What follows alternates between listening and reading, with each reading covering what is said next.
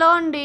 ఈరోజు మనం మెంతాకు పప్పు ఎలా ప్రిపేర్ చేయాలో చూద్దాం. ముందుగా కుక్కర్ తీసుకొని 2 టేబుల్ స్పూన్ ఆయిల్ వేసుకొని మనం కట్ చేసి పెట్టుకున్న ఆనియన్స్ వేసుకొని మిక్స్ చేసుకోవాలి.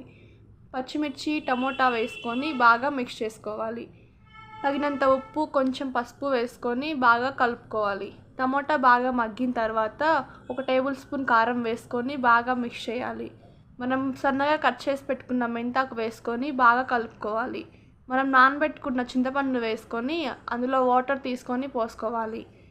మనం వాష్ చేసి పెట్టుకున్న కందిపప్పు వేసి బాగా కలుపుకొని 1 గ్లాస్ వాటర్ పోసుకొని కుక్కర్ మూత పెట్టి 5 విజిల్ వచ్చే వరకు ఉంచాలి. తర్వాత పప్పు మెత్తగా వెనుపుకోవాలి.